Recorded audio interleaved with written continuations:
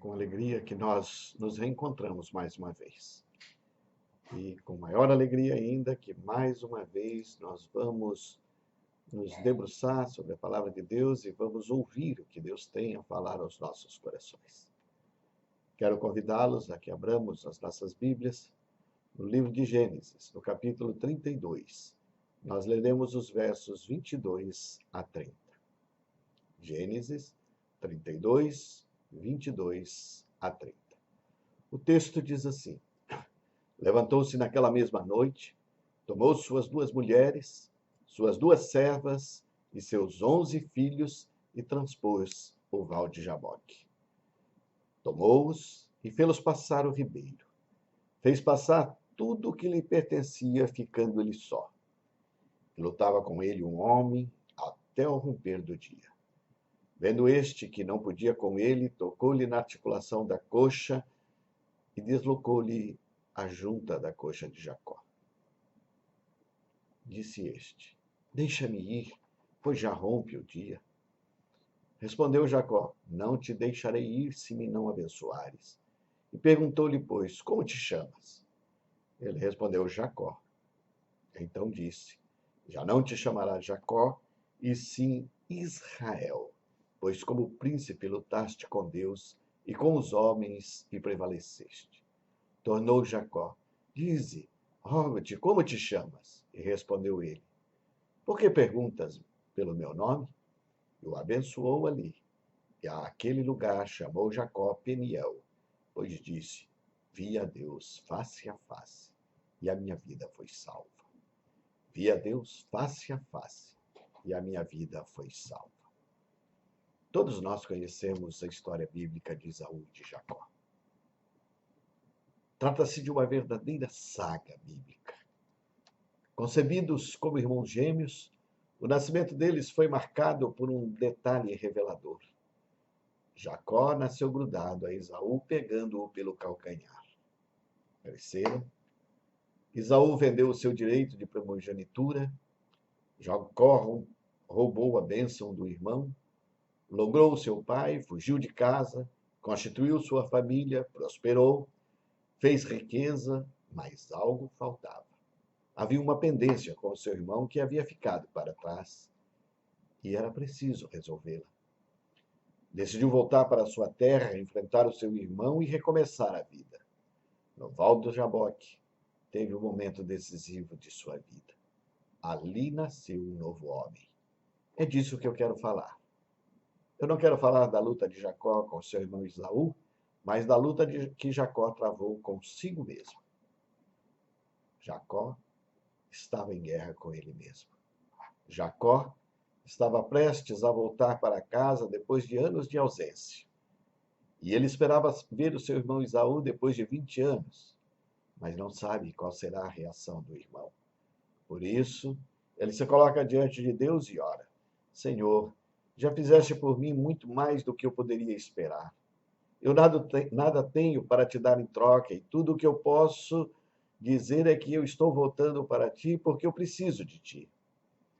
Eu tenho que fazer uma coisa amanhã e não sei se estou à altura desse ato. Contudo, se tu estiveres comigo, talvez eu consiga dar um jeito. Na primeira noite que eu passei fora de casa, tu prometeste que eu cresceria e me transformaria numa pessoa especial. Para que essa promessa se torne realidade, o Senhor precisa me ajudar amanhã. Essa foi a prece de Jacó. Em sua prece, Jacó não pede que Deus resolva os seus problemas, não pede que Deus dê um jeito em Esaú, também não pede que Deus lhe dê uma ideia esperta para passar a perna em Esaú novamente. Não, ele simplesmente pede a Deus forças para fazer a coisa certa. E é logo depois disso que o anjo o agarra e ambos lutam por toda a noite. Em determinado momento da luta, o seu misterioso oponente lhe pergunta: qual é o seu nome? Parece uma pergunta estranha para ser feita em meio a uma luta. Nos tempos antigos, o nome era muito mais que um rótulo de identificação. Nos tempos antigos, o nome era a personalidade da pessoa. Qual é o seu nome? Quem é você? É como se perguntasse: que tipo de pessoa você é e quais são os seus valores? Jacó, o enganador, o maquinador, o mentiroso. Essa era a sua identidade. E esse era ele. É significativo que no fim da luta o anjo lhe deu outro nome. Ele deixaria de ser Jacó, o trapaceiro, para ser Israel, aquele que luta com Deus. O nome Jacó tem a conotação de Yaakov, que significa torto. Por sua vez, Israel remete ao termo Yashar, que significa reto. Morria o torto Jacó e nascia o reto Israel. Era a nova e boa raiz de um povo, o povo de Israel. Israel sempre estivera lá no inconsciente.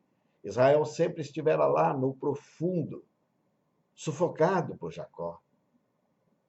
E foi necessário que ele tivesse uma luta com o anjo para que Israel pudesse aflorar. Foi necessário que ele tivesse uma luta com o anjo para que o Israel pudesse vir à tona e ele se tornasse um vencedor.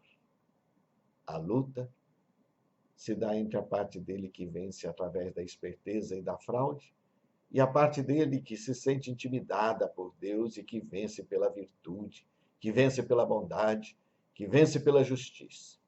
Jacó e Israel se encontram numa luta profunda. Eles moram dentro de nós também. Eles estão sempre lutando entre si na nossa existência. E existem momentos em que sentimos essa divisão de um modo muito agudo. Há uma parte de nós que quer tomar o caminho mais fácil. Há uma parte de nós que quer vencer com o jogo sujo.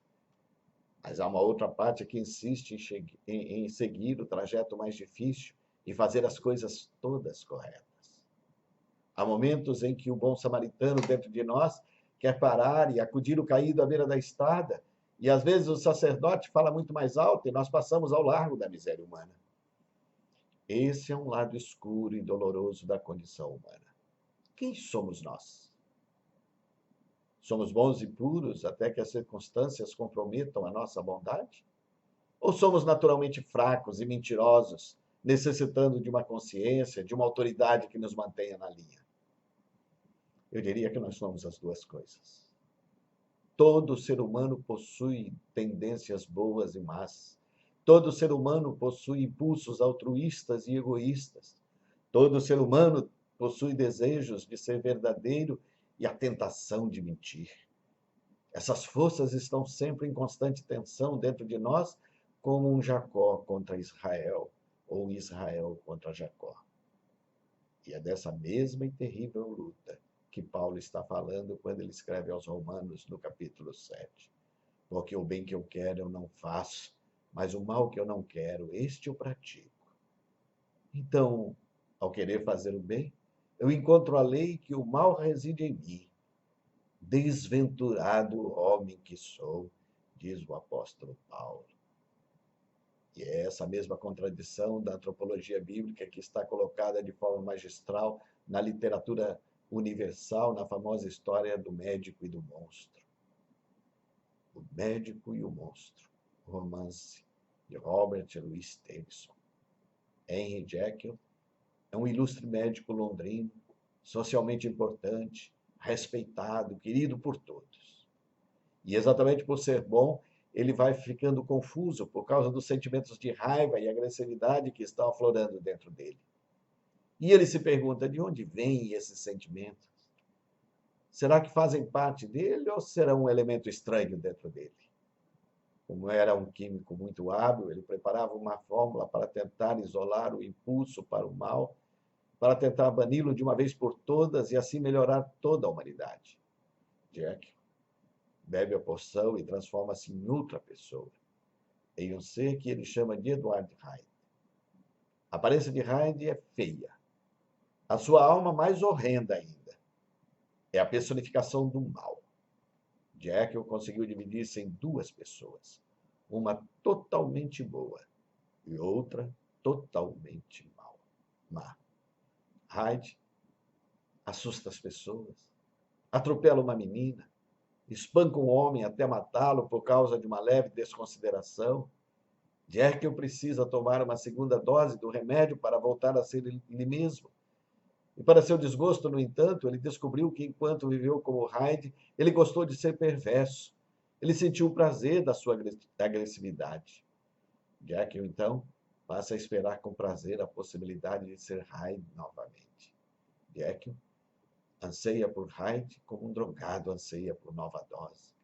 Ele vai ficando cada vez mais horrorizado ao perceber que está se transformando em Hyde sem precisar tomar a poção e está perdendo o poder de reverter o processo.